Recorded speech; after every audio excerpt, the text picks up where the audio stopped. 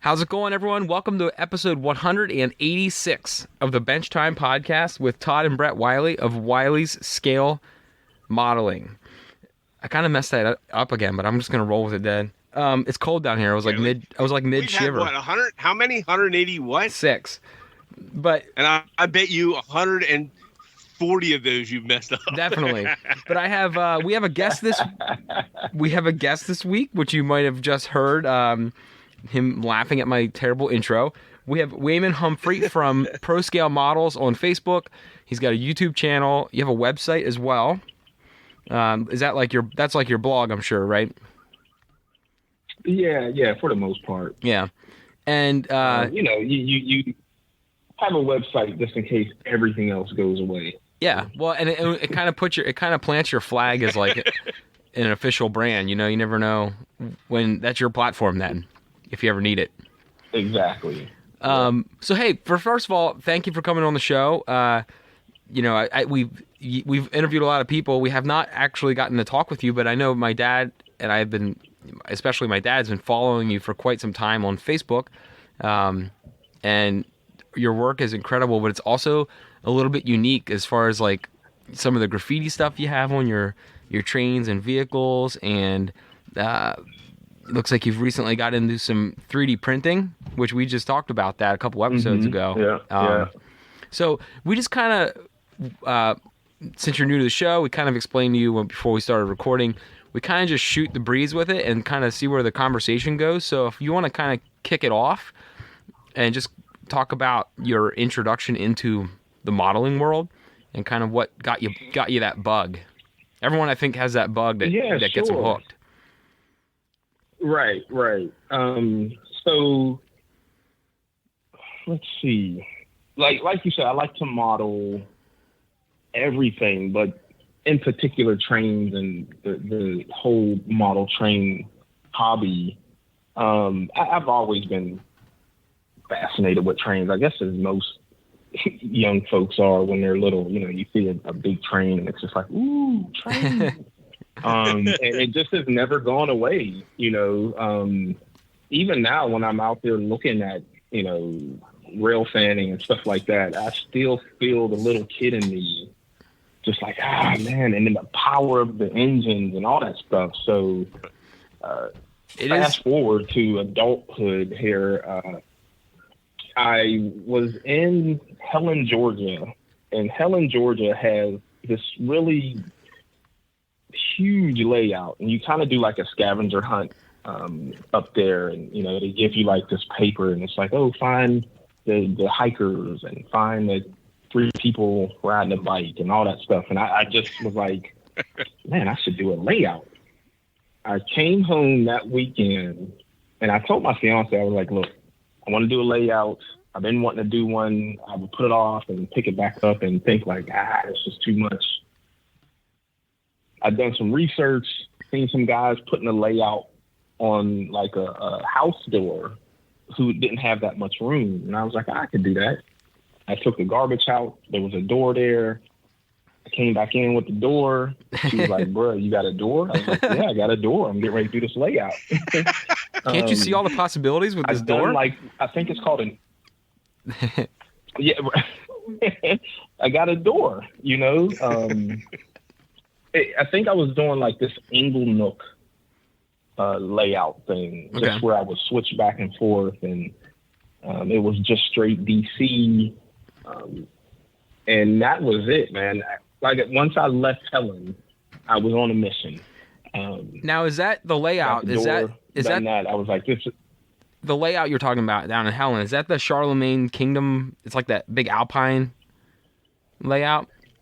Yes, exactly. That's exactly what that is.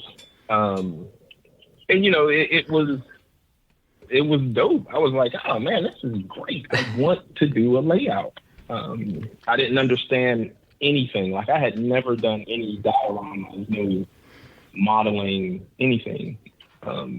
I just started YouTubing. I mean, I probably spent as many hours on this layout as I've had doing YouTube searching for everything. Mm-hmm. So, right.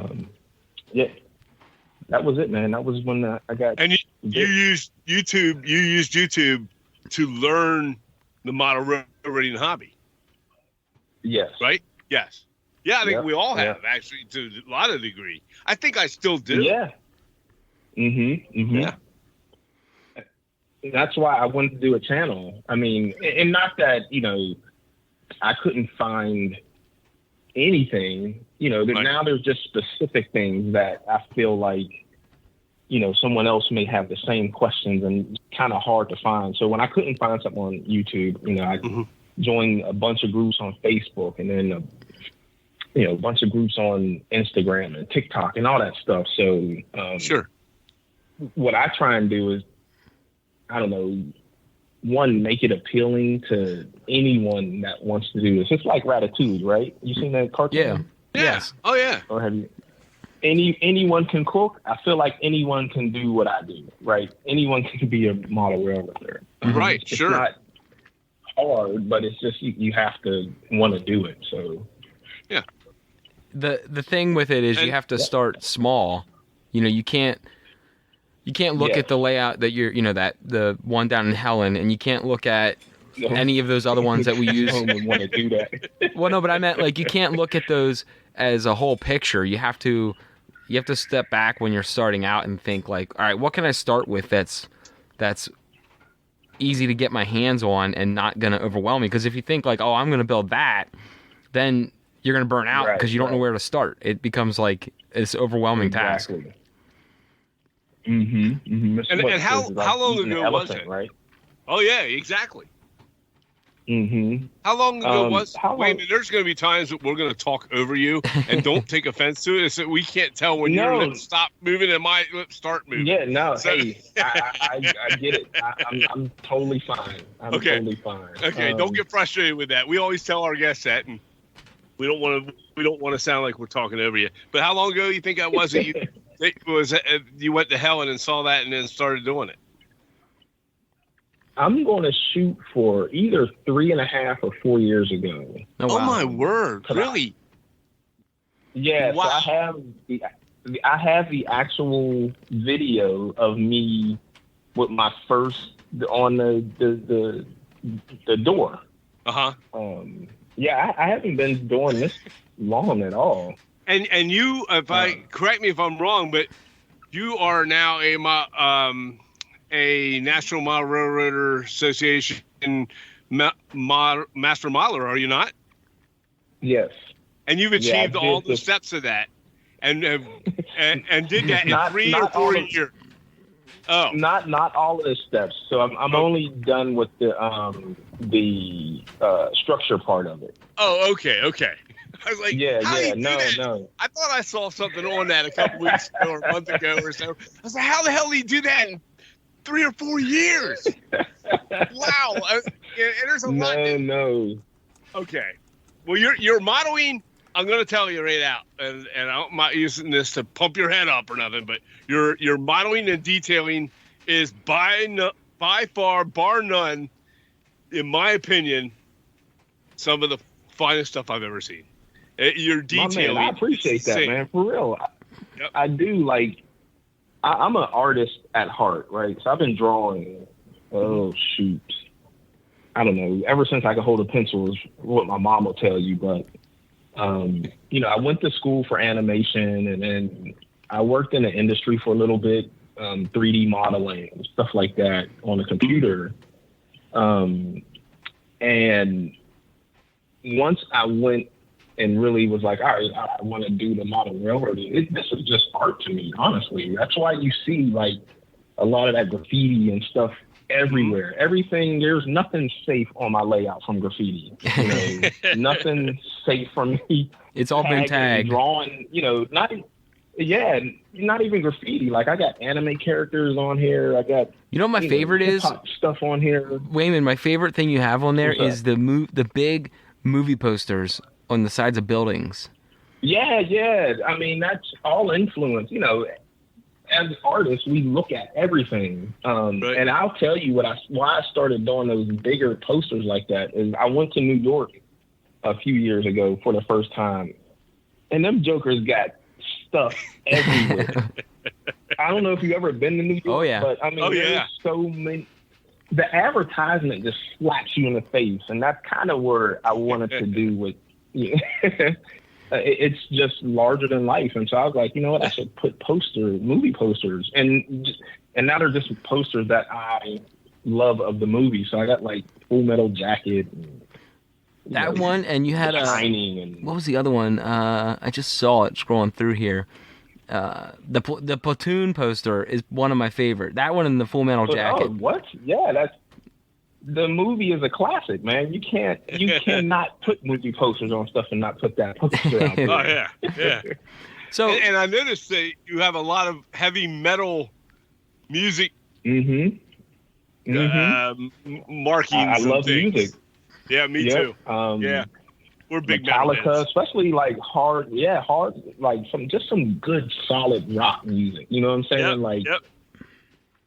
And I listen to grunge. I listen to I even listen to country, honestly, but definitely heavily more influenced, with hip hop because that's kind of what I grew up on. But any music, anytime I'm doing something, there has to be music playing. When I'm tattooing, we're the same way, Brett and I. Music.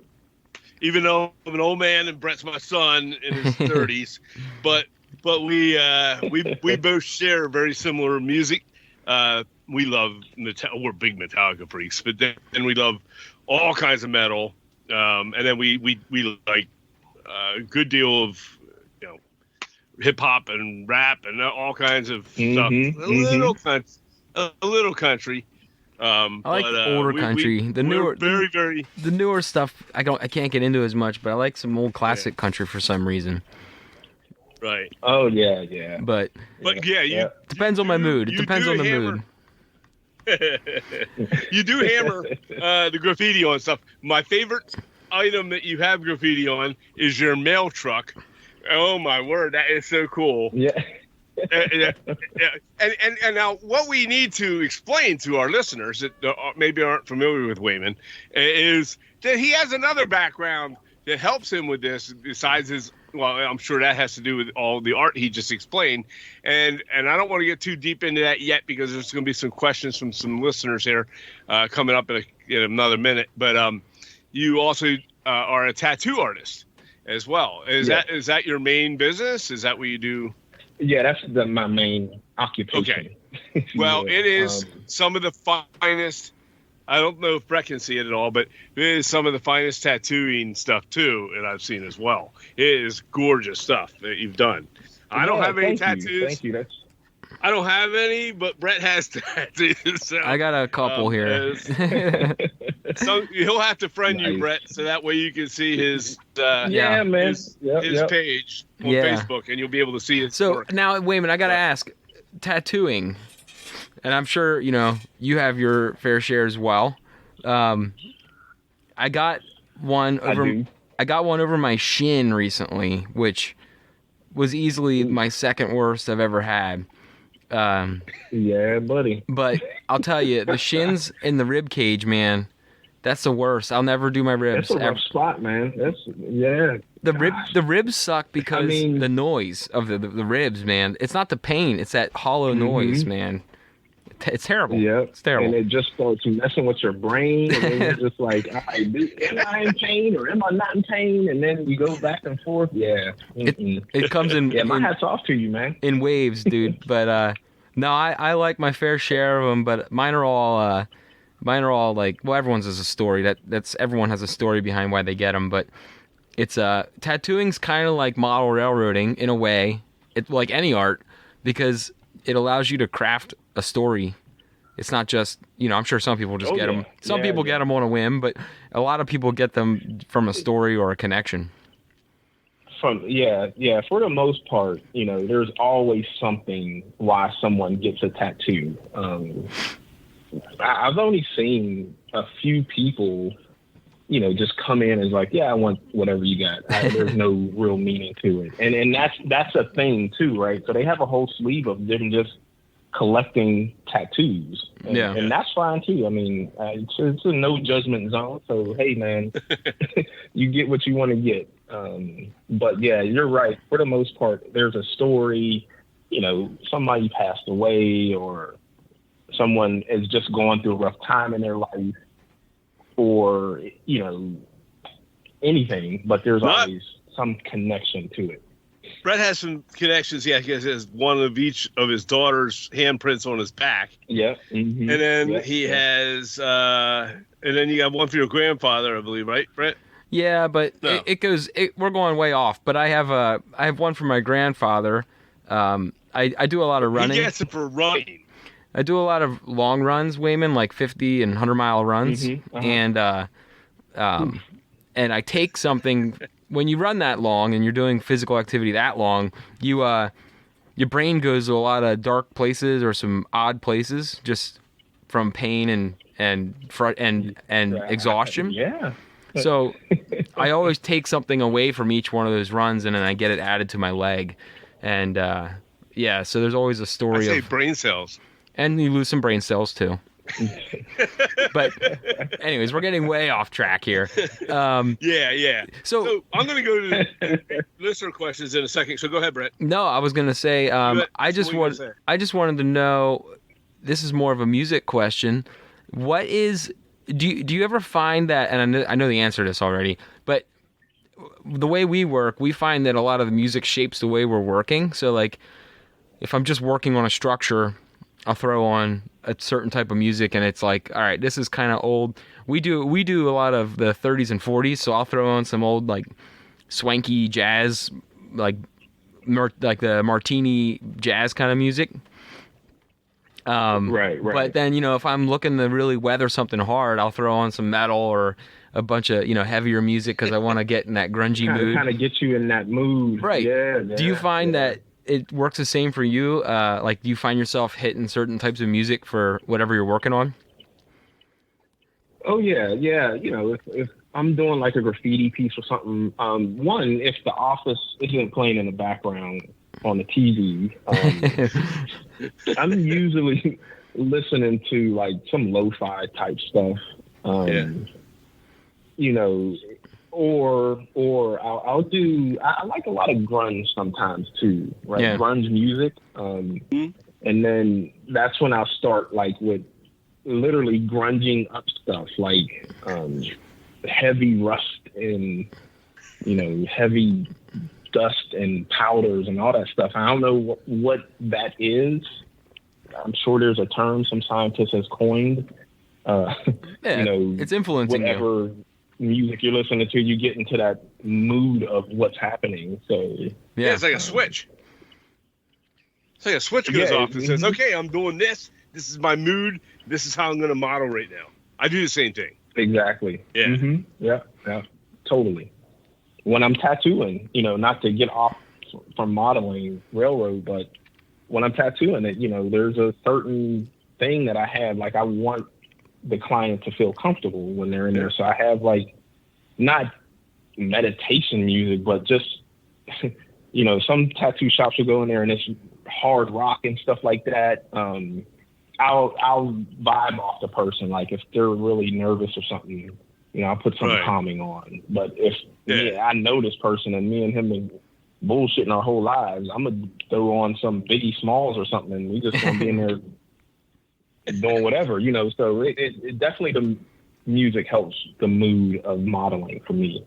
Yeah, and sometimes he puts on that grunge music and digs real hard with a needle, man. Right? Nah. I'm kidding you, man. But see, we always go way off the deep end here. Okay, I'm gonna throw some questions at you from our listeners. The first one we got is Ron Piskel, and he's been listening to us for ages, and you'll see him all over Facebook. How did Wayman get started in modeling, and who are or were his inspirations in modeling? So we talked about how I got inspired and you know, what got me started. Sure. But my influences, I mean, there's just so many. You know, you mentioned a couple. I go see every time James is here in Atlanta. I go and hang out with him, and we just shoot the shit. But he's definitely one of them. Jason, obviously. You and we may talk about. Go ahead. I was going to say, do you have any of the? I'm sure you follow their YouTube channels, but even other modelers on YouTube, I'm sure there's an endless list of people who you followed or gotten even small tidbits from YouTube itself. Yeah. Yeah. Ron's Trains and Things. Oh yeah. Kathy Millett. Oh yeah, she's amazing. Hopefully, I'm saying her name. Yeah. Just we've had her on the show. Yep. That's what's up. Yeah, she's another hard one to have as like a benchmark for your work too, because it's just every time she does something, you're just like, what? How did you do that? Like, what? You know what I love about Kathy is other than the fact she's very personable, but is the fact that she doesn't let model railroading, and I try to do that too. I know Brett has done that. We love our model railroading. It's the most important thing is the building, the structure building, especially scenery, that type of thing. However, one of the things about her that I love and we like to do it too is the fact that she's not afraid to step outside that little realm or that little world of model railroading and step into a larger scale or a smaller scale and try the sci-fi modeling, the Star Wars stuff, something with a motor boat. I think she did a bunch of Lara Croft stuff from Tomb Raider, and she's amazing, and she's always trying to challenge herself. And I think that's what makes a supreme modeler is somebody willing to, say, hey, I'm not just stuck here. Yeah. Well, and that's what I named the channel for. So, I love modeling other stuff. Like I was prior military, so I'll do a bunch of Bradleys here and there. I saw that. Was that a picture with you and a Bradley, and then you did the Bradley tank up like you were at? Yeah. Yeah, that's a awesome tank you did there. Thank you. And yeah, but like you're saying, just being outside of your comfort zone. And I think when you come back to doing model railroading, you can take that other stuff you learned and apply it. Easily scale it, to the HO scale, because that shit's small. Right. I did an Easy 8 tank about a year and a half ago. It was all over YouTube and stuff, and Facebook, and put it up on our pages there. And it was I used one of Doug Fiscali's background hydrocall background diorama kits. The base. Diorama base. The Kino Theater. And then I did a Easy 8 tank on it, put a tank crew, all the stuff. We even 3D printed a chandelier hanging from the bombed out building in the back. Very nice. And all the backside was all, the floors all falling in. But I loved it, and I took so much from like you said, going to other YouTube channels and looking at the military modelers. They model stuff in amazing ways. There's some incredible ones on there, and I took whatever I could from them, as many as I could, and tried to apply. It was my first ever one to do, right? And I loved it. And it was fun. Right. It was fun. And then when I went back, and Brett did one too, and then when I went back to model railroading and structure building, I was like, oh, I can splatter mud on this. Yeah. Yeah, exactly. And I can do this or that. It was kind of, you're right. You have to scale it down. Obviously, you're going from that to HO. But it was a learning experience. And I'm about ready to start. I think I'm going to start another military model. I think I'm going to do a plane for coming up here at some point. I think on A10 War something. I just to get out of it. Yeah. So, but anyhow, so that was Ron's question. Let's see. We have Greg Cassidy, and he says, Greg. You know Greg, huh? And he says, does he like tattooing or building and weathering better? He's a true artist at both. Oh man, that's a good ass question. I'm a shoot for equally, right? Yeah. I love tattooing. I didn't think I would love it as much as I did, and I think honestly, the what I love about tattooing is that one, I get to meet different people every time I tattoo something, and it's something different, right? Sure. And it's the same with the layout, even though the layout is a permanent fixture, if you will. You can still change little things here and there, and the cliche thing is like, oh, the layout is never done, and for me, that's very true. Like, it's always evolving. And I love the detail. So, like, you do a street scene. You know how much shit is on a street, especially like a city street, right? You have not only just trash and people, and you got like little grass obviously coming out of the sidewalks. Mm-hmm. You got algae that is literally on a sidewalk that's growing. There's just so much detail to put in a 4x4 scene. Yeah. When I was in school, we would, or one of the professors would always tell us to cut out a 4x4 square in like a cardboard, or let's say a 8x10, but cut out a 4x4 square and just look through that, and then whatever you see in there, make it, either you drew it or did whatever, 3D model it. And there's so much detail in that 4x4 square. Imagine a whole layout. You know what I'm saying? Like, there's so much stuff. So I'm a shoot for equally, because I love drawing, I love art, but I also love this. Yep. Yeah, it's equal. It's equal. Good. Grade. Well, that answers Greg. So now Matthew Bowersocks says, how do your tattoo skills help or hinder your modeling? So you mentioned that you like them equally, and we've already determined that obviously your talents from tattooing help. They all work in with your natural art talent. My grandmother was a commercial artist, and I feel that she spent time teaching me things before she passed. On art, and to a degree, and that's really helped me. So I'm sure it's yours is an education in art, obviously, and so how you told us about that, but what skills do you think in tattooing are, like he said, are used or transferable with the model? Or transferable. Yeah. I would say the attention to detail, right? As a tattoo artist, the how you get more work is how clean your work is and how precise what you do, and I just take that to model railroading. It has to be precise. Like, my fiance, she'll be going to bed around, I don't know, 11:30, 12, and I'll still be up, on one wall, making that wall exactly right, and if it's not right, I'm not going to be done until it's right. You can't. You can't. Your brain won't let you.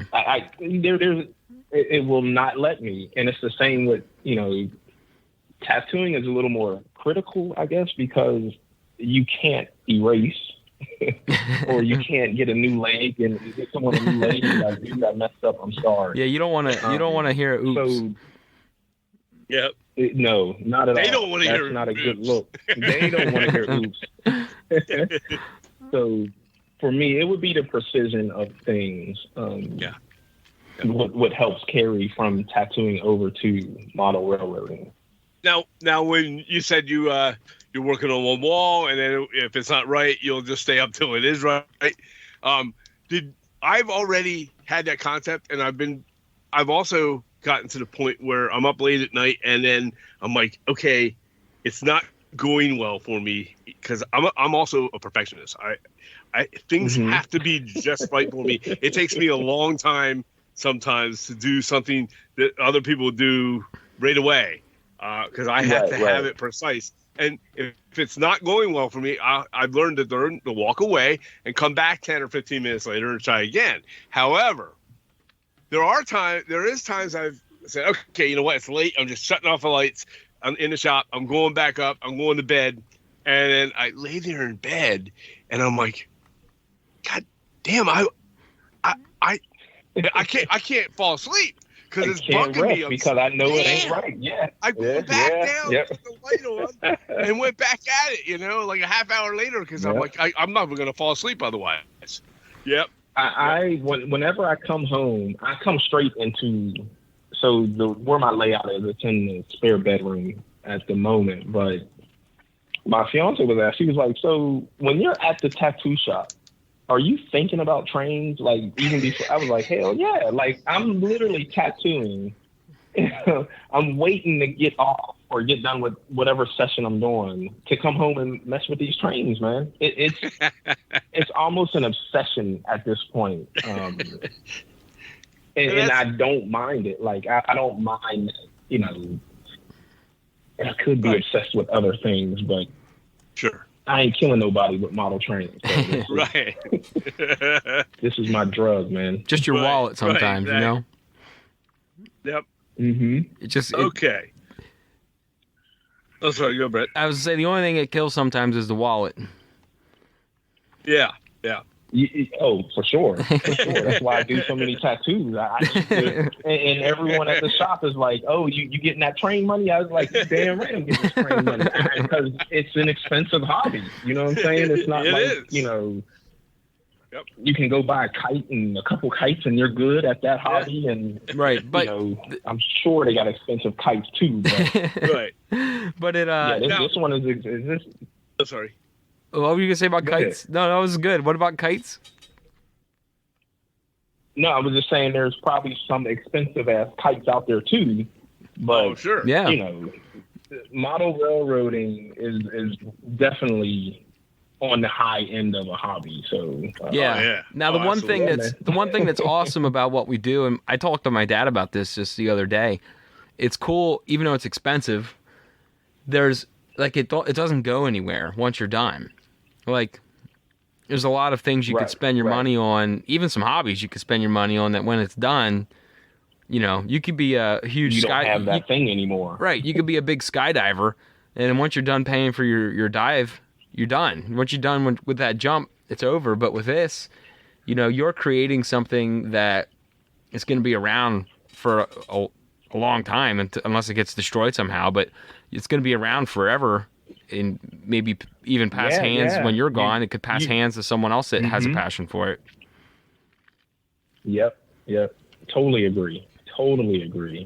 Like I said, I mean, this is my drug. I mean, if, for folks, hopefully we're not bringing up any triggers for people, but if you're addicted to certain things, smoking up the drugs, it's gone. You know what I'm saying? Yep. At least I can put my hands on this, right? And quote unquote play with it. You know what I'm saying? It's still here for me to touch and, like you said, pass down to whoever, my grandkids or I don't know, whoever, like you said, is into this stuff. Right. Somewhere along the lines, someone else could get some enjoyment out of it as well, which is the cool part. Exactly. Yes. Yep. Yes. Yeah, that's how we look at it. It's like I have grandkids, Brett's kids, and his two girls, and we build the layout in his basement. But they're 8 and 5 right now, so it's like they go down, they see it, and they're like, oh, that's nice, and then they're off doing something else. But then you're like, maybe later they'll be into it, and then I figure, well, I'm 58, so I don't know how long I have left here, but I want to be able to help with Brett. Say that way the girls can say later on, hey, my grandfather and my dad built this, and exactly, or they'll say, let's get rid of this shit and sell it. Who knows? I don't know how they're going to take it. That may be what they're saying. Oh, hey, my pap's dead now or whatever. I don't need this old train shit, right? So I don't know how they look at it. But maybe they'll look at it as the artistry. And that's what Brett and I love more than anything about this. We do have trains. We talked about this on the show. We're not the biggest train guys. We're more of the scenery and structure type of thing. Listen, I'm y'all twin at this point. I don't know too many squats about any train numbers and the models of trains. As long as something is running, I'm good. But when it comes to modeling, right? Yep. Just to have something that's but when it comes to buildings and stuff, I'm good. Yeah, exactly. That's all I need. I need. And I think there's a lot of our listeners that do what we do that are in that same boat. Now there's a lot of people that love the trains. I know Jason loves his trains. I know that I don't think he's like you. I'll have to talk to Jason about that again, but I know that Jason, he has trains on there and they run but that's not his focus. And we know it's not his focus. No. Doug Pascali, on the other hand, Doug knows his trains, right? So Doug loves his trains. We've talked to him about that. We've even been up to his shop in Connecticut there to visit him and toured his shop with him. And, he knows his trains. You're familiar with Doug, I'm sure. That's kind of like going to we had a crazy weekend because that same weekend we went to see the Franklin South Manchester layout and same day. That day. It was that same weekend. Next day. The Saturday we went to go see Doug in his shop, which is like the Franklin South Manchester shop. Because it's everything you could ever. It's like a kid's store. It's like Toys R Us for us because it's like everything you could imagine to make this stuff is right there. It's incredible. It's like Santa's workshop, man. It's like Santa's workshop. Santa's workshop. Doug's place is like Santa's workshop. No kidding you. I think I've seen like a video where he showed just a little brief of what his shop looks like. That's so cool. I was just like. Damn it, man! Like, I think he's definitely the packaging. That's insane. It's crazy. Yeah. Now we're a bunch of Pennsylvania boys, so we took a northeast trip up there, and what part of Pennsylvania? We're in Harrisburg area. I'm from Pittsburgh. Oh, nice. Okay. So I'm west. Cool. That's why he works with us so well here. Yeah. He's a Pennsylvania guy. I'm actually Pennsylvania, man. I'm a little bit west. I'm about 40 minutes west of Harrisburg. Out. I don't know if you know where Shippensburg is. Shippensburg. Yeah. So I'm near Shippensburg. Yeah, man. About an hour or so west. So yep. But dang. Yeah, so wait, my mom and sister, they're in Philly now. So. Okay. Oh wow. So it's all Pennsylvania. All Pennsylvania, man. My dad and his family, they're in Pittsburgh, where we grew up at. But then my sister went to college and then got jobs and whatever. But she stays in Philly now. So I go and visit both. Are you a Pittsburgh fan or a Philly fan for sports? I'm guessing. Are you a Steelers fan? Oh, Steelers. There is no other way to be. I'll just leave that. It's a very dividing state. I'll tell you that. Super dividing. You're either one or the other. Now, as far as this recent Super Bowl, I definitely wanted Philly to win because I'm so sick of Kansas City. But man. I was rooting for Philly because I was rooting for Philly because I like Jalen Hurts because we're big Oklahoma football fans. Yes, yeah. But nice. At the same time though, it hurts a little root for Philly just because the fans in Philly are just it's unbearable sometimes. But hey, that's what happens with living in Pennsylvania. They're obnoxious. They are. Yeah, they are obnoxious. Like, bro, relax. It's just a game. Man, I'm a Cowboy fan. So if I go to Philly, I do not wear cowboy gear ever. I like to leave that. No. I like to leave that town in peace. So I remember growing up in Pittsburgh and Dallas. That was they were huge rivals. Oh yeah. But I've never really feared for my life in Pittsburgh. The fans there are at least tolerable, Philly's something different, man. You got to be built different. There, you got to be built different to be a sports fan in Philly. Yeah. Right. But hey, we got another question here. Yeah. Matthew Hankins. Yeah, this will be a good one. He's from the Baltimore area. Now that he has seen it in person, which structure? This is the hardest question, I think. Which structure on the Franklin and South Manchester layout are you inspired the most to recreate? This is This is the hardest question because I don't think you could pick one. I couldn't, because there's so much happening. And you guys, like I said, been there, so you walk around that corner, and it's just like you standing there for 5 to 10 minutes. Like, what do I do first? Oh man, I honestly, there's a section I'd love to recreate.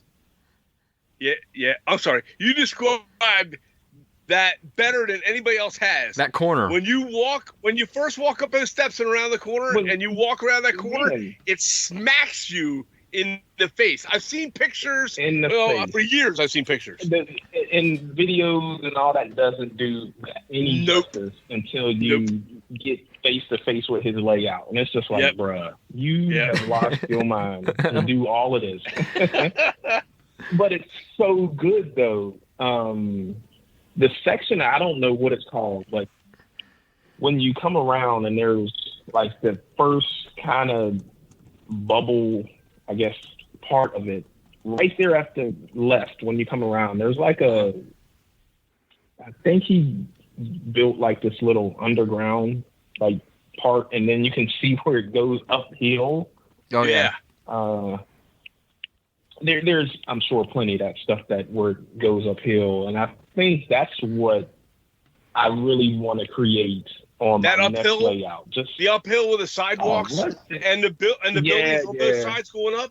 That was the most insane part. It's so bananas, yo. I was like, stop playing with me right now, yo. I was like, and he's such the coolest old dude there. Yep. You know what I'm saying? And I was like, I got to pull him to the side. I was like, man, how long? You ask all the regular ass questions and stuff, and he's happy to answer. Mm-hmm. But I just wanted to feel on him and see, like, where does his brain go to create this type of stuff? And I think he's just an artist, just like we are. You know what I'm saying? Yeah. Absolutely. The section you're talking about, it's insane, stuff, man. The section you're talking about is actually Franklin. That's that big first corner is the Franklin corner. I just had to pull a map up to look. But yeah, man, it's that section there. My part, it's such a beautiful. The part on that got me the most on that specific section was that elevated station. There's like an underground station there. Oh yeah. It's all crazy. It's. Yeah, I mean, you come in there and it's just, you don't even know what to do, man. And then that back section, like right in the far back right corner, I love buildings and I love architecture and, stuff like that. And he just knocked that out of the park, man. I don't know. The big tall buildings are what amazed me. Yeah. I mean, so good. I asked him how he did that, and he was saying how they were just plaster mold recreation after recreation. He put them all together, and I'm like, how much does that weigh? How much? How much did that had to weigh to put that up? I'd be scared to death. And you couldn't move that. There's no way you could move that layout. No, I was talking to Jason on the phone the other day, and he always mentions it. And I'm drawing a blank on the old guy's name, but they were saying use paper backdrops too. And I looked further in the back, and he has some paper, just pictures of buildings back there, and it just it creates that illusion. I'm just like, man. George Salius. Yes, I'm sorry, I could not think of his name. We've actually had George. George has been a guest on our podcast already. That's awesome. It was the funniest story. I'll tell the story again to you real quick because he had never. We got up there. We were with Jason and Hal Reynolds. I don't know if you ever heard of Hal Reynolds, but Hal and Jason were there, and Doug, I'm sorry, Dave Cruiswick. Cruiswick. And he was with us, and we had a bunch of guys. It was just great. And Brad was Log there Brad. as well. He's got the next. Does he have the next question? Oh, we already did him. No, we're good. No, we got him coming up. But we had a bunch of guys there, and I walked in. I was talking. I said, "Hal's his best friend." And he's another legend. He's friends with Dave Frary and Doug Fiscali, and they were all together in each other's weddings and all that. They're all buddies. But they all know George real well, and he lives right down the road from George. And so I was talking. I've seen how many times it shows, and I'm friends with him. And he would, and I said, "Hey, we had Hal on the show a couple times," and I said to George, I said, "Hey, I'd like to ask you if you would like to do a podcast with us sometime," and blah, blah, blah. And he's like, I don't know. He said, the last time I did anything like that, he thought it was like a radio, or a movie, like a radio. He didn't know it was a radio show. He thought it was like an interview with a TV and all that. And I said, no, it's like a radio show. We call you on the phone. You don't have to do anything. You just sit in your living room. We'll talk to you on the telephone. It'd be that easy, a lot of fun. You can talk about all your tips and tricks and all those things. And then he started listening. And he's like, I don't know. He said, I've never done one show. So I don't know how many, 20 years ago or something like that. And I'm like, And then he's like, I called Hal over. I said, hey, Hal. I said, it's their buddies. I said, hey, tell them how much fun you had on the show and how easy it was. Oh, you got to go do it. Blah, blah, blah. It was a great time. And he said, you do it so you'll have fun. So he goes, okay, all right, I'll do it. So I said, okay. After we spent 5 hours there with him, and then when I said, I'll call you in a couple weeks to set it up. So we called him and we set up a date, and it was like a Wednesday night, like tonight when we're recording. And I said, hey, I called him a couple nights before just to be sure, and I was like, hey, you all good to go? Yep. And he goes, yeah. He said, well, we're supposed to get a storm. And I don't know if I'm going to be able to do it. He was nervous, And I was like, I said, I think we'll be okay. If it's a bad thing and a storm's too bad, we'll postpone it. We'll do it another night. And so all we're doing is recording. So that afternoon, I get a phone call on my phone. Hey, it's George, and hey, I'm not sure. When there's a storm, they're calling for bad storms, and when there's a storm, my cat gets upset, and I'm like, oh boy, So I said, we'll worry about that when time comes. Yep. And I said, I'll be calling you tonight. So I called him, and we got him on, and we couldn't stop him. Yeah, he was just talking and talking. How about it, Brett? You just have to sit back and just let him talk. Yeah. How do you not? You just got to let him talk. Yeah, let him go. Yeah, but he's amazing. He's amazing. That's really good too. As I was leaving that layout, he's old, right? I don't want to put him away too soon or anything, but we should have documentation of what he's done, and he's obviously made models and stuff like that, and right. But he's the grandfather. He's the grandfather of the hobby. Yeah, for sure, man. And we need to have him preserved, if you will. You know what I'm saying? As much as possible. I think that's awesome, man, that y'all got him to get on the show. Yeah. Anyway. Yeah, it was so funny, yeah. It was so funny. Now, I don't know. He said he'd do it again, but I don't know if we'll ever be able to get it back on again. I don't want to. I don't want to because I think, I don't know, I wouldn't want to. It's a classic. I just want to leave it the way it is and preserved the way we have it. Yeah. But so I got one question for you, Wayman. Did you go up this year was it this year you saw it? Well, the last year. Last year. Okay. The fall. Right. So what was everyone's got a takeaway from it. What was my takeaway I think, was that you can't ever put too much detail into even a small square inch area. Oh yeah. That's what I was saying with the whole 4-inch thing. That was pretty much the same thing, man. The detail, the level of detail.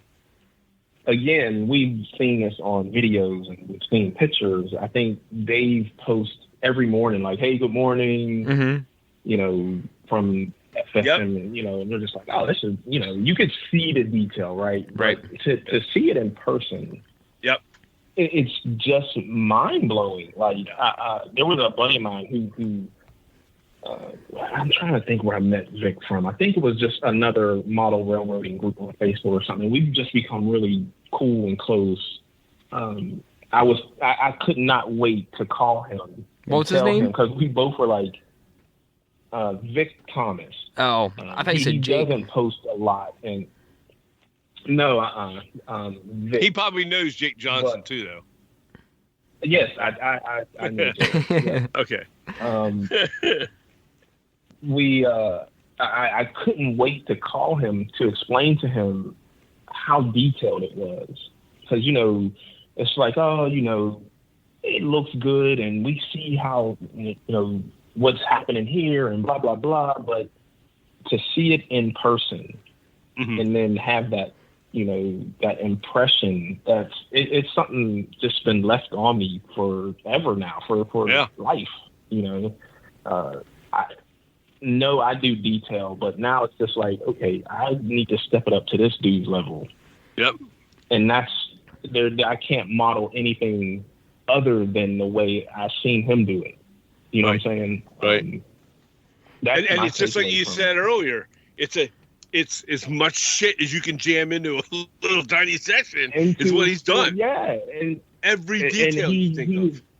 And it's not overdone, right? It's not like, because you'll see some people, and I don't want to bash anyone's right, sure, creativity or anything, but you'll see certain things and you're like, that might be a little too much happening.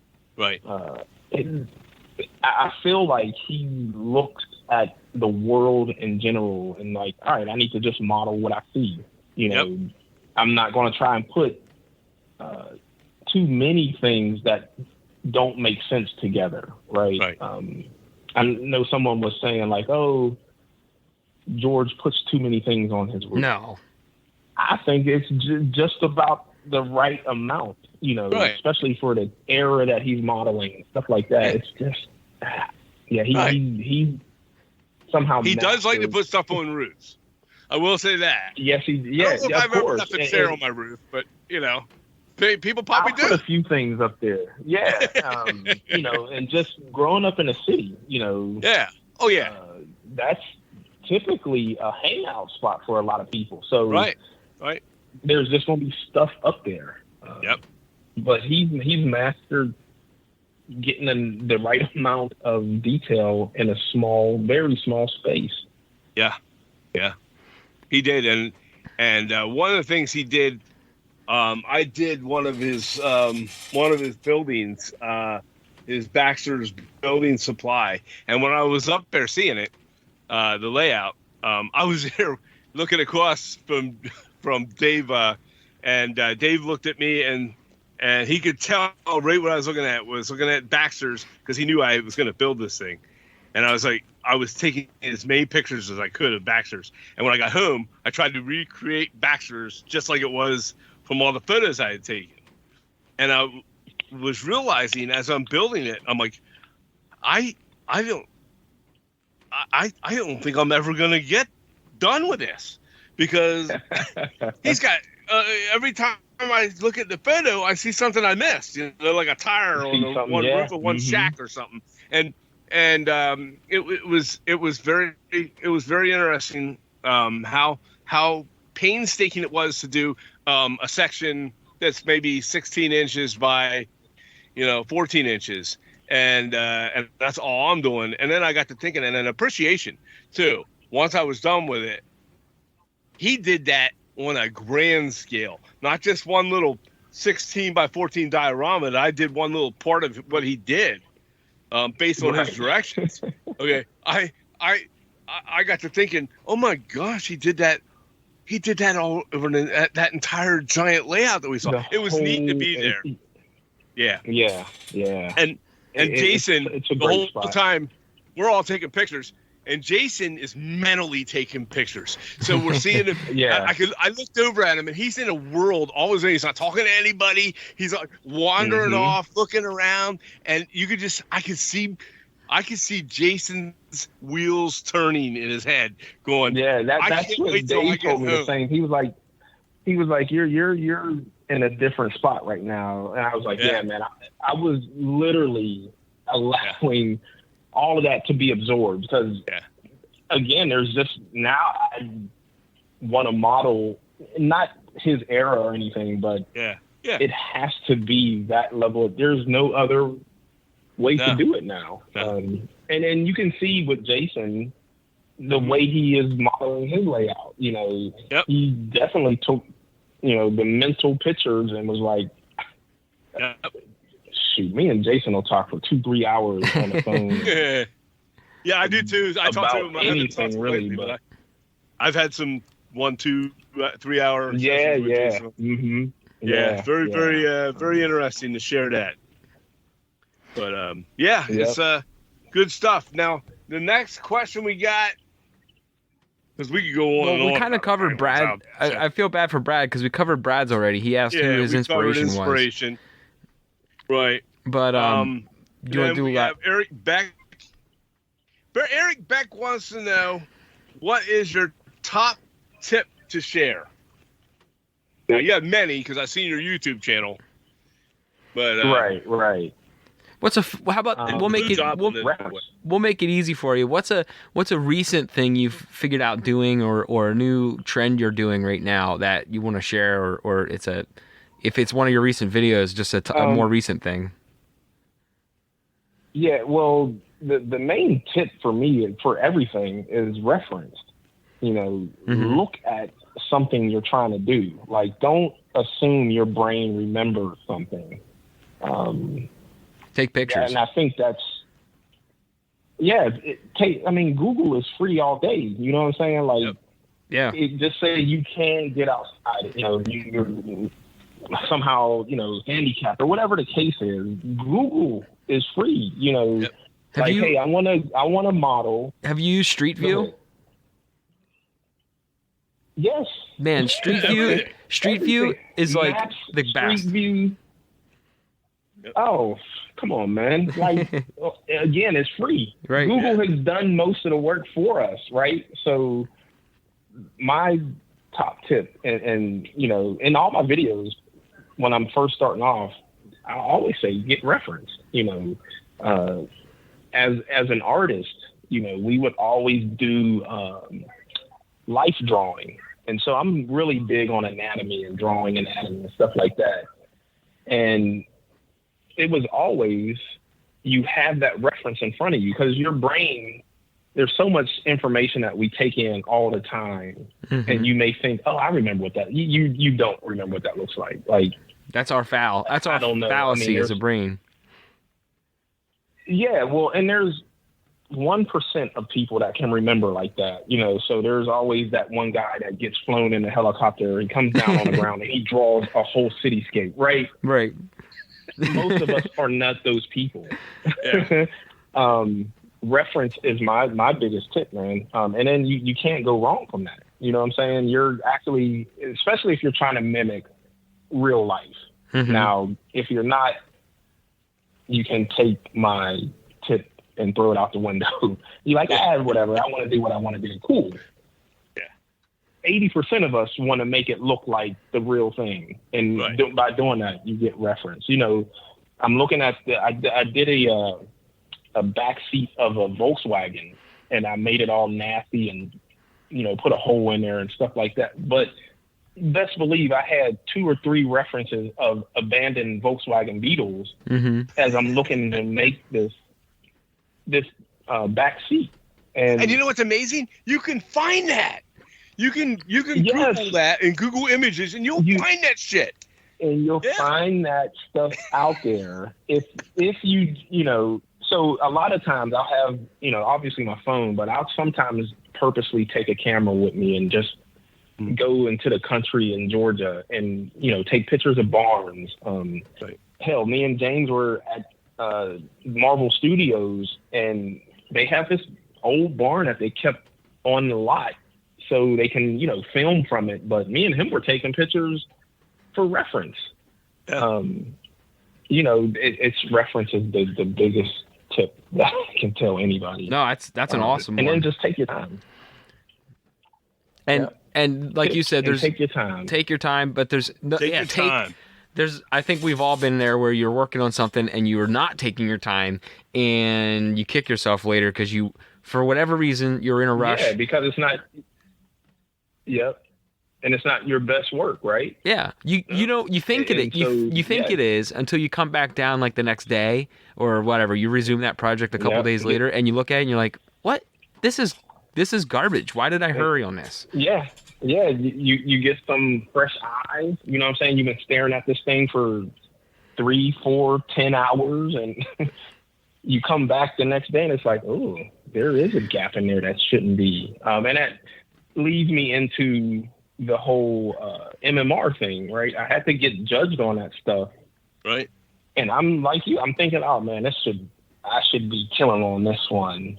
Yep. And that I can't remember the guy's name, but he ate that shit up. He was like, nah, bro, the window's crooked, and I could not see that the window was crooked as I'm doing it because I've put 50 windows in this thing, and I thought it was cool, but nah. Yeah. So yeah, you're right, man. You have to take a step back sometimes, whether it's 10 minutes or a day, and then come back and be like, oh yeah, I do see that. That's not right. Mm-hmm. So yep.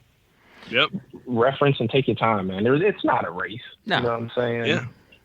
I'm not trying to compete against anyone. So I just recently finished up that was sorry, not Rush Rock Falls. Yeah, I know what you're talking about. Dang, it's the last year's limited kit from Foscale. Yeah, the mill on top of the waterfalls. Okay, and I had I don't know if you had seen any of those photos at all, but I did this. That was Atlas Gorge. And I redid Atlas Gorge like kind of like what Doug did, except I put a whole lot of rock into it on the scenery, and then these big waterfalls coming down through, and put a deer out into the water on the backside, and that I started that in May, Wayman, and I didn't finish it until when, like 3 weeks ago. Yeah. 3 weeks ago. And I started in May. Now it's building every building and putting every detail on making the trees. The hardest part, of course, was the rocks. I've never did a waterfall like that. I mean, I used Kathy Malot's waterfall technique with the snow. And yes. And it's, oh my gosh, it's so fun to do. And I had a lot of it turned out, it looked like real water. And I was, this is amazing. And then, but while doing it, every little nook and cranny, I wanted to be perfect. And that's how I get. That's the problem with me starting a project is, and then people say, well, why it took you that long? You know what though? Every detail showed down to I had an eagle snatching fish out of the water. Okay, from mini prints, and it was, and people go, well, how why does it take you so long? Here's why: because you spend good money on this stuff, and it's top quality modeling stuff. We're using some of the best materials you can buy, and if I rush it, it's going to turn out like shit. And now, if I work it, but if I spend this money, or even just a basic model, let's just say you're going to build a car model, and you spend $40 to build a Chevy Chevelle, okay? And I don't know squat about cars, but if I spent that money on that thing, I want it to look as good as I possibly can make it. What? With my talents. Of course. And if it takes me a little longer, so be it. That's the hobby. Yeah. It's the time you spend. Todd, to not abruptly interrupt you, but as we're talking, I'm looking at, I was like, let me see if I've seen your work. And I am in love with your work. I'm sorry, I did not know who I was actually talking with, right? I knew it was like, okay, Todd, and you've done this, and I like the picture anyway, but you had posted, I want to say you posted it in fine scale artist thing before, but I'm on your page, and you have the stuff going uphill and the telephone pole wires.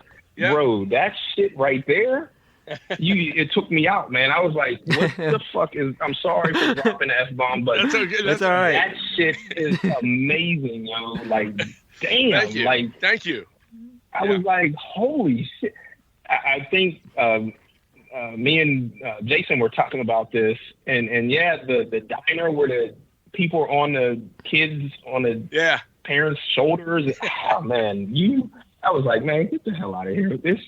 I love that. I love to do that. You are another person that I look to is like, yeah, I got to do that. You know what I'm saying? Like, well, I appreciate that because I look at your stuff the same way. So, but that's what's cool about this is like amazing, man. That's what's cool about this is like now we all take from each other. That's amazing. My dad sees your stuff and I see other people's things, but we all look at each other's stuff in a different eye, and we all, you and Jason and Jake Johnson and all these other modelers, everyone that we talk with, they all look at each other's stuff like, oh man, why I should do that on my next thing. And that's the best part. I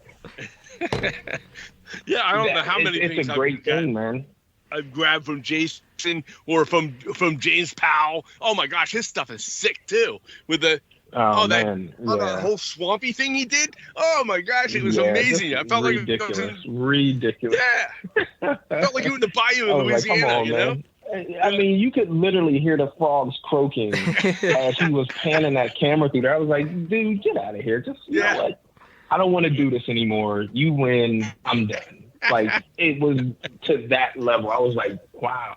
And then there's another guy I had been following when I first started, and he doesn't post anymore on YouTube like he used to. Oh, man. And I'm drawing a blank, but his stuff was like really highly detailed and stuff like that too. So yeah, you're right. Right, Brett. You know, we just look at other people's stuff and be like, oh, that's dope. You know, I want to do what they're doing like that. And then, you know, other people like, oh, I want to do what you're doing. Like, yeah. Do you? Like, you just don't look at it the same. It's a great thing, man.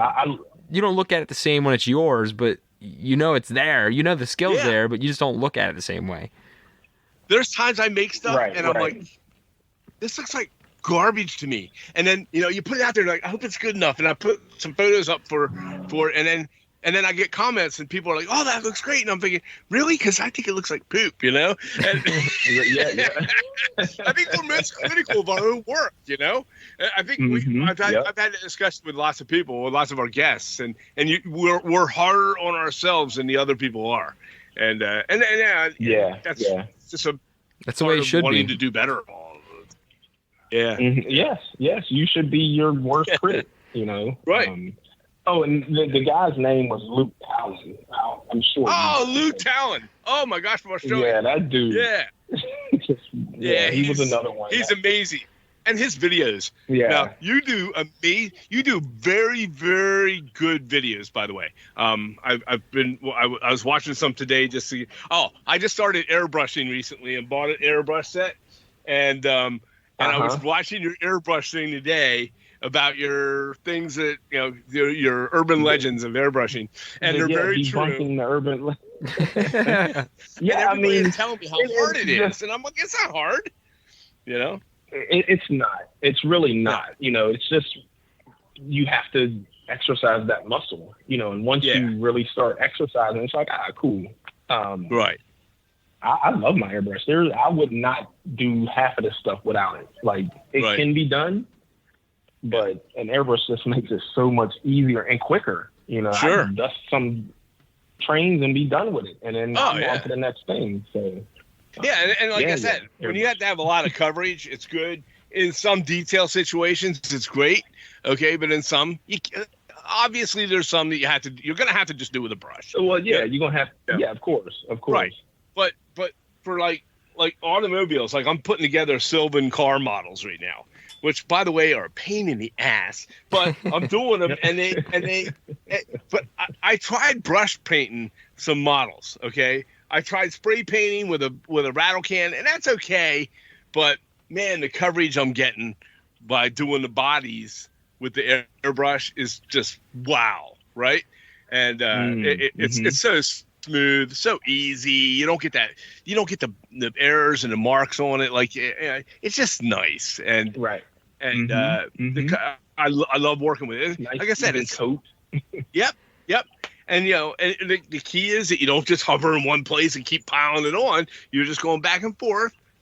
And if you need to get it, building it up as much as you closer, further away, and then you control it with it. Once you start, it's like a joystick with a video game or whatever.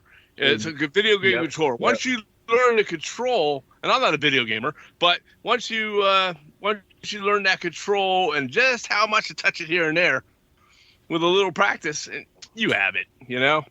Yep. But the big ass, you were talking about the cleaning of it. It's not hard to clean them things. You got to be careful. Nah. You don't bend your needle and all that. But it's right. But changing out the paints, like you said, you could do it in less than 45 seconds if you know once you get practiced at it. Yeah.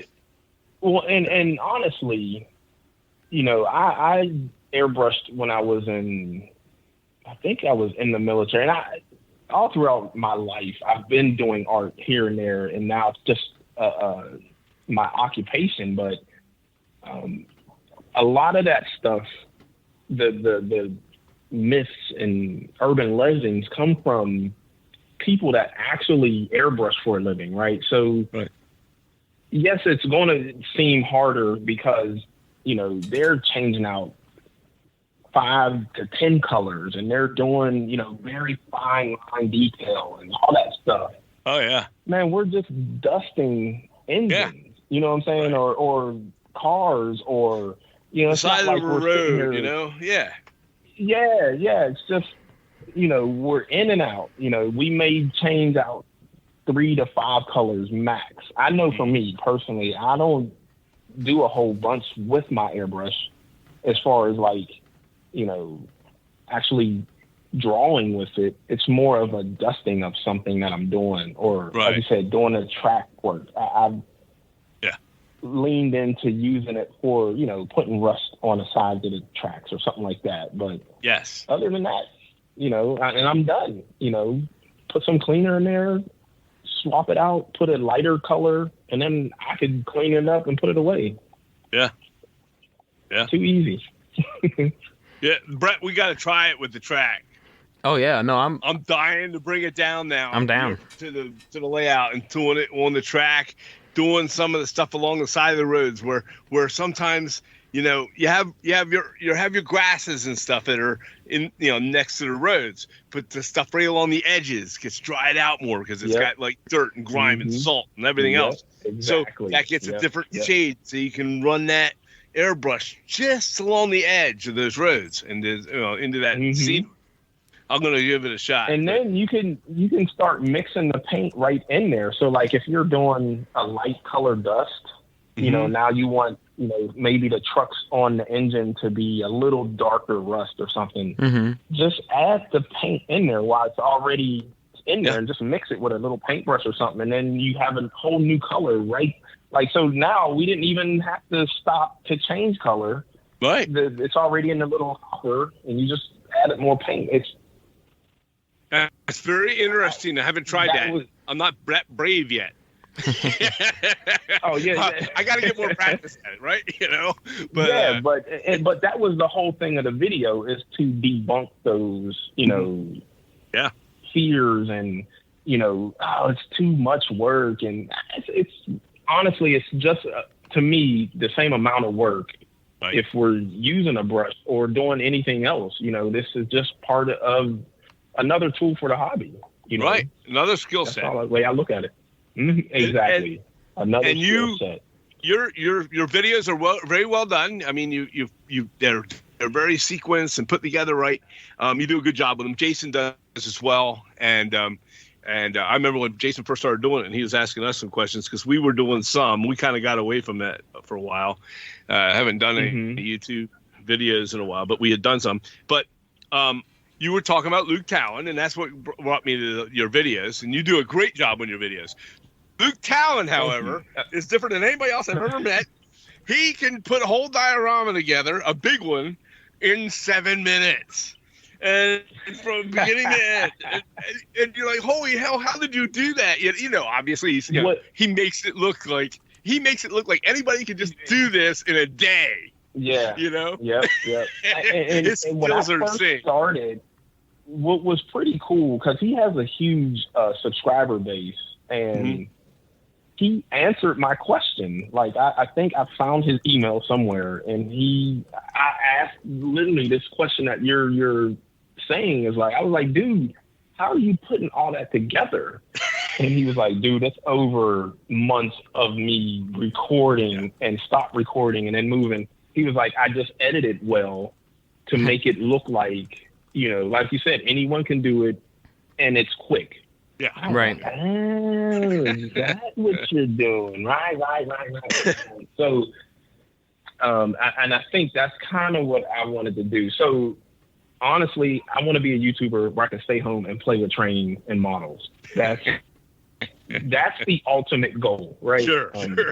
And I love, like I said, I love tattooing, so I'll still do that, but I want to do this whole YouTube thing. So I've leaned in with, cameras and lighting and, subscribing to, other people where I take classes actually on YouTube. So it's a lot, man.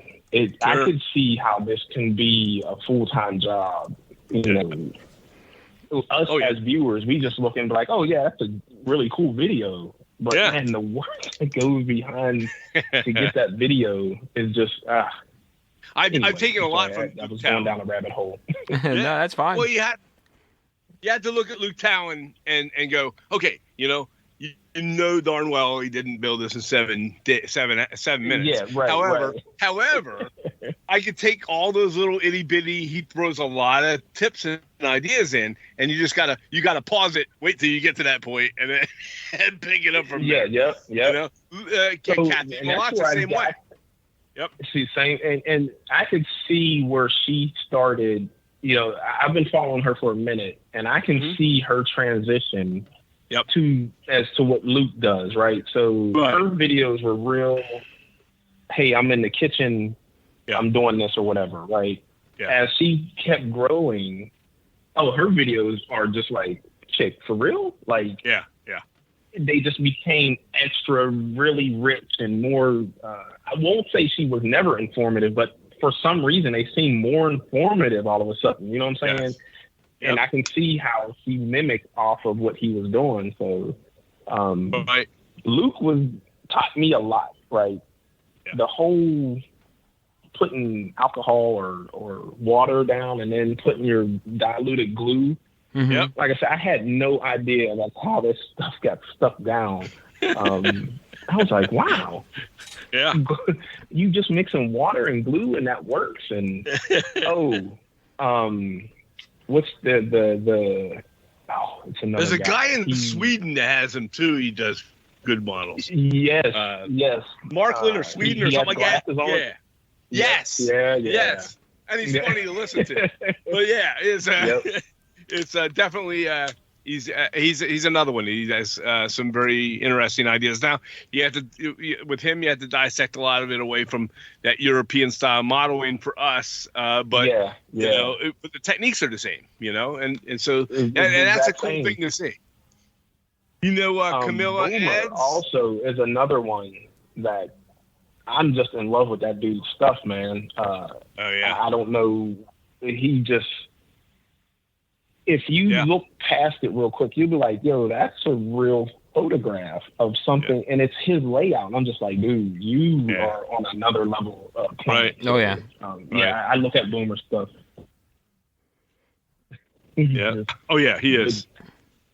Yep. And you know, from the Philippines, there's a girl on Instagram a lot, and Camilla Eds, or Yeah. and she is one of our early guests. We've known her for many years, and her work is also impeccable, very good, just real good work. The fact that she does that shit with popsicle sticks and stuff, like, you know, we got a kit. This chick makes a kit out of, you know, now she may have like some corrugated strips and stuff, but the effort of scratch building is just mind blowing. Oh yeah. Yo. Yeah, she's she's something. There's a lot of them out there, but now the last question I think we have. Go ahead, Brett. Well, I was gonna say with her, she has to go and order stuff like in bulk. Basically, she was talking with us like when she has the chance, she has to order those things like bunch of kits at a time because you just can't get them where you're at. They're not readily available where she is. So she's a lot. She's done a lot of dunks kits. I know that. So, but so Scott Perry says, "What my paint?" man Scott. You know, Scott, I think he's down your way. And Scott says, "What paints are you using for brush or airbrush?" That's a good question. Ammo. Yep. And I have to put the shameless plug in. Ammo sponsors me, so. Oh, okay. No, and you know, not just because they do. It's just a really good paint, man. Right. You know, and we've all used different paints. To me, is top line paint. I think it's One Shot or True Shot or whatever, True Color or something like that. Yeah. That's obviously a good paint too, because they've been around forever. But when it comes to those little bottles of just, you know, acrylics, because we got Ammo and we got like Vallejo and all those other companies like that. Ammo paint, like the for me, it's the opaqueness of color, right? And again, because we're artists, so we want that good, rich color. Yep. Ammo just does it really well. Oh yeah, I've been highly impressed. Yep. Yeah. And they're not just their airbrush paints or their little bottle paints like that, but the with the acrylics, but the enamels. I like their enamels as well. Enamel, their oils and all that stuff. I mean, it's just a good solid paint. You know. You'll have to ask. And I've had good luck with Tamiya as well. You'll have to ask James about the. Let me find it real quick. You'll have to ask James about the time I gave him. Some chills when I was using. Let me find it. They're from Ammo. They're from MIG. But it's the oil brushers. I have to ask James. I was using the oil brush. So we used to do a lot of Facebook Lives, which we should probably do again, Dad. But whatever. We haven't done that in a while. I just pulled. Have you used the oil brushers? I have. I'm looking at them now. So I just pulled it out and just started actually like applying it like fingernail polish basically to what I was working on. And James during the live was like, "What are you doing?" He's like, "That's way too thick. It's way too." He's like freaking out in the live about what I was using it for. And then I ended up thinning it down with some mineral spirits. But it wasn't until after I was done I saw all these comments from James like, "That's not how you're supposed to use those. Like, don't use them that way." I was monitoring that live. I was doing the monitoring for it, and he was losing his mind. I mean, it did end up working out the way I wanted it to, but until later, I was like, "Oh shoot!" Like I was just winging it, like whatever. And that's kind of cool with these mediums because all of those products from that company and the other ones like AK and the other ones, there's a bunch. They are forgivable. Like you get some, you can play with them a little bit. They're not rigid. Especially oils. I love oils. They are the most forgiving thing that I use. You know, you can thin out acrylics, with water or, a little bit of alcohol and water mixed. But the oils, I mean, you can almost make them erase disappear. it. Like if you, exactly. You can erase oils if it's too much, just keep adding thinner, and it'll go away. I don't know how many times I've had. Listen. Yep. Go ahead. Go ahead. You go ahead. No. I was just going to say everything gets touched with oil when I do something. Yeah. Because again, the forgiveness, but it's just an easy thing to manipulate. Yeah. Then like if you're using acrylics, it takes a minute to kind of get that acrylic to do what you want it to do. Because one, it dries super fast. Mm-hmm. And if it's not thin, then you have to start doing a technique called glazing. And so I also built like Warhammer 40K little models too. And glazing is like you have a wet palette and you keep watering down whatever paint you're using until it almost is see-through, and you just keep layering it over and over and over. So to get some of those different effects with acrylic, you can get the same effect with oil in less than half the time. Mm-hmm. I love oils. I would, I'd lose my mind if I didn't have oils at this point. oils and enamels, they both thin out to the point where, I don't know how many times I've been using them to weather things, especially rust streaks or like that green slime stuff that I put on to put mildew at the bottom of a wall and that kind of thing. And then, you put it on, you're like, oh no, I fucked that up. And then you go and you take your brush and you're putting some thinner or something, and I can make it go. It's gone. There's no stain. There's nothing. Yep. It's like, oh my gosh, I got a fresh palette here. I can start it over again. Thank goodness, because if I did that with acrylics, it leaves a stain. It does leave a stain. It leaves the little mark that it was put there on. But those oils and it goes away. Yeah, it fades into nothing. Sure.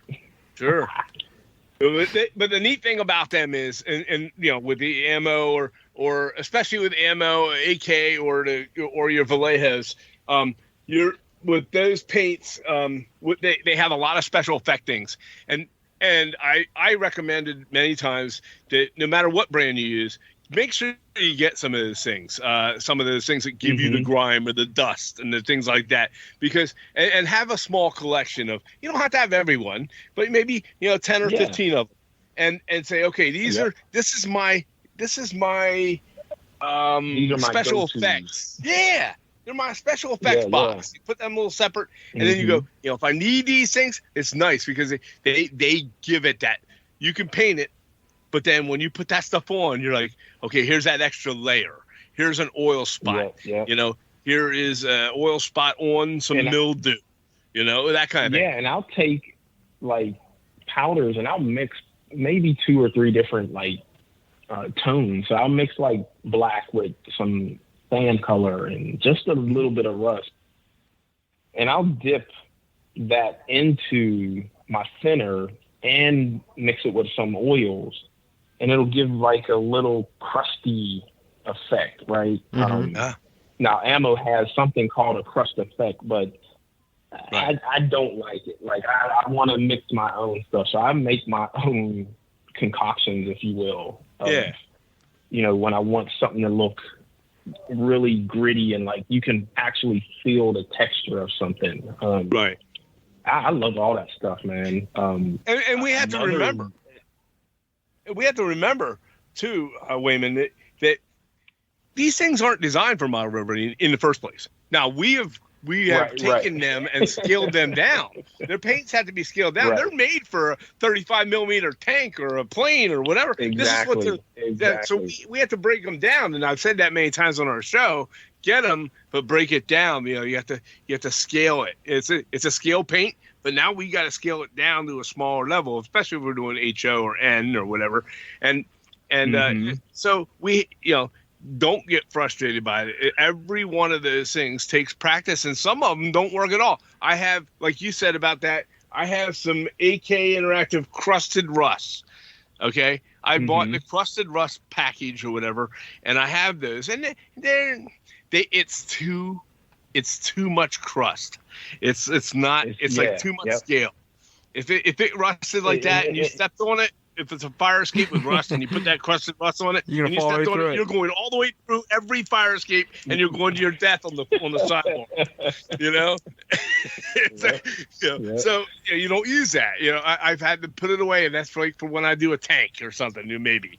But I found out, by the way, you were in the military. Yes. You were in the military. We talked about you were in a photo with a tank, right? Were you in an armored division? I was in a mechanized division. A mechanized division. Okay, so you worked with machinery and armor. Okay, now. Oh yeah. Okay, so one thing I work. I can't tell you how I work. Okay, but all I can say is that I work with people that worked. I work with some guys that worked in the armor division. Okay, and they it's a different field than what we do now, but it's still basically the same. Anyhow, this guy spent his whole life doing it. He worked with tanks. He's been everywhere in the world. And I showed them some pictures at work about some of the military modelers that did the tanks, and they'll have the rust on the tanks and the dirt on the tanks and stuff, and that's fine if they're in a war situation with the dirt, okay. But the rust, he says, if you're in the military and you have rust on your tank, you're in deep shit. Yeah, that's not. Yeah, that's not. I mean, that's not common. So many modelers put rust on the tanks, and they wouldn't have been rusty. No. You have to take care of that because that's what keeps you alive. Yeah. That so when I done that model, like I said, I looked at the one I was standing next to. So I drove those, I shot them, and then I commanded them. So that makes it easier. There was no rust. Yeah. Anywhere. You know what I'm saying? If it was, we was going down to the wash rack and cleaning that stuff. Right. And then I want to say the paint that the military uses too. Yes. I ain't gonna say it's rust proof. No. But something in there doesn't allow rust to eat away like that. So yeah, good old military grade. Military grade. Yeah. It's at a higher cost. And when I say like, not that you can eat off of the tank, but you can eat off of it. It was like that was one thing we had to really pay attention to, was cleaning like the insides of the wheels and the tracks and all that stuff. The sergeant wouldn't let you bring that stuff to the motor pool looking crazy. Yep. Well, it's just one of those little things I got to thinking about. Is like, they wouldn't have had rust on that. I mean, if it's sitting out in the middle of a field somewhere and it's abandoned or destroyed, and then if it's rusting, that makes sense. But I've seen photos with some of these military modeler guys where the tank, and I'm not, so these guys are amazing anyways. It still looks cool, but there's guys driving it, and there's rust all over the thing. I was like, really? Come on, No, not at all.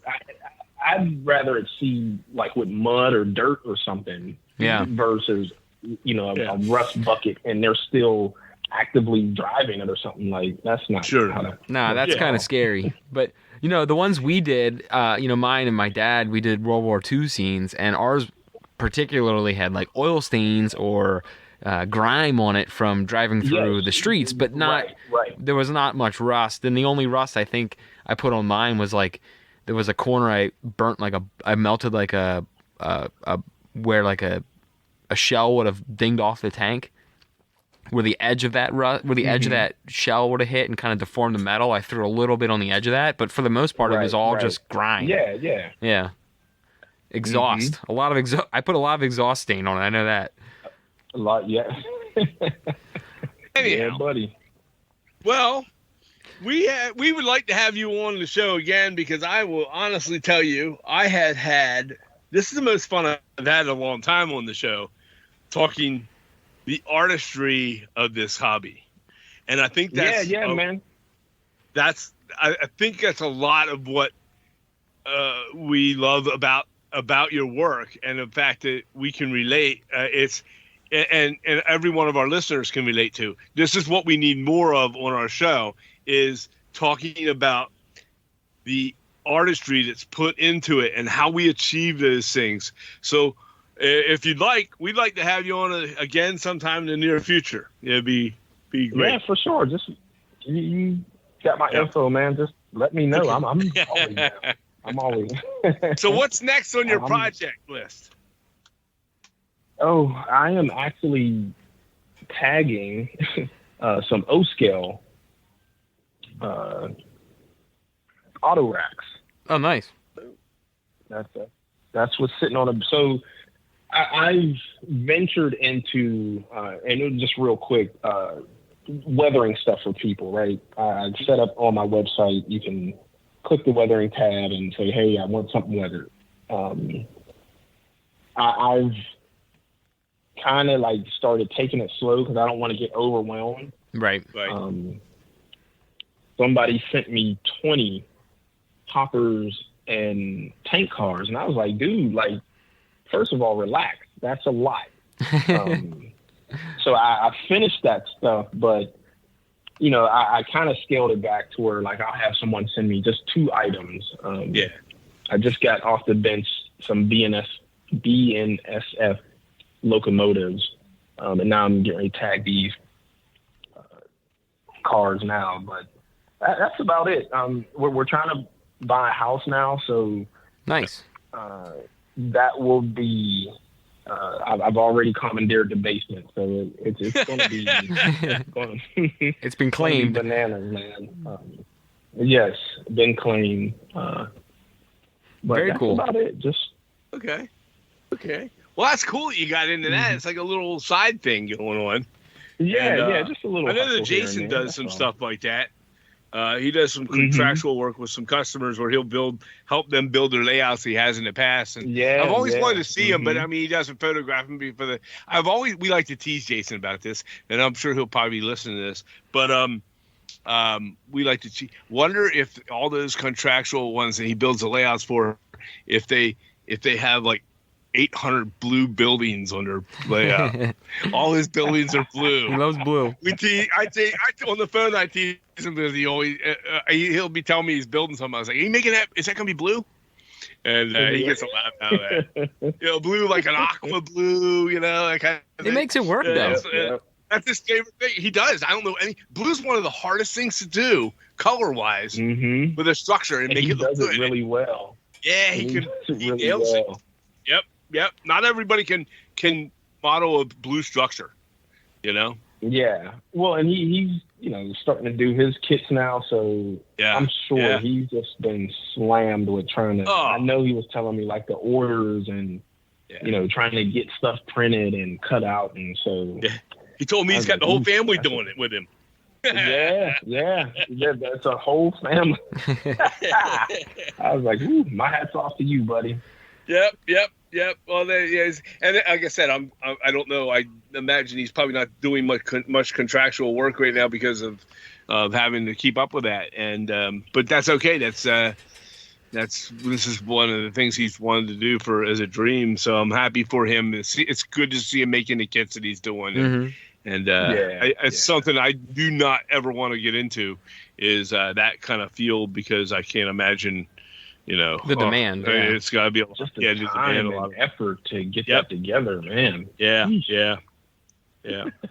Well, sir, we're gonna wrap this show up, but like I said, in the near future, I definitely want to have you on again. I want my readers, our listeners out there, to let us know what you think, and see if we'd like to have more artistry and skill set stuff rather than, no offense to the manufacturer guys, I like having them on, but I like having guys like Wayman on here, and we can share that the love of this hobby and that part of it. So right. We appreciate your time tonight, man. Definitely, man. We do. Yeah, Todd and Brett, man, I appreciate y'all, man. This was fun, man. Awesome. Good. I'm glad you had fun. I feel like family. We Pennsylvania, so Yeah. that's There you what go. we got in common, man. That's right, and we're gonna get together because we'll when we go do the shows. We plan on getting back into into going some of the shows and stuff, and then that we have, and of course, well, we get together when all those guys do. So we'd like to start Right. doing that again. So hopefully you'll be able to come up and hang out with us, and maybe we all Yeah, do that. real quick, what's that big show that just passed? Did y'all know that? That was Springfield. Yes. In Springfield, Massachusetts, yeah, that is what do they call that? The Springfield show. Yeah. Yep. Yeah. Were you up at cool. that? Yeah. No, I want to go next year, so that's. Well, we'll That's go. another I'd like to thing go on up my next year bucket list. too. Same here. We'd like to go, so Yep. maybe we'll see Yep. up there. But there's also another show in the spring and fall in Timonium, Maryland. That is a big show, so there may be something along that lines too that we may be going to. Yeah. So, Okay. but I know some of the guys like to go to that. Jeff Grove and those guys from the Carolina Craftsman Kits and all those Yep, guys from the Craftsman Courtyard are there. So yeah, that's another big one. And like I said, we get together and do that. So hopefully we'll be able to catch up with you and hang out, because I think that'd be a blast, to be honest with you. Yeah, definitely. Yeah. Sounds like a plan. All right, sir. All right. Well, thank you, Well, Wayman. Well, I We're appreciate gonna- y'all.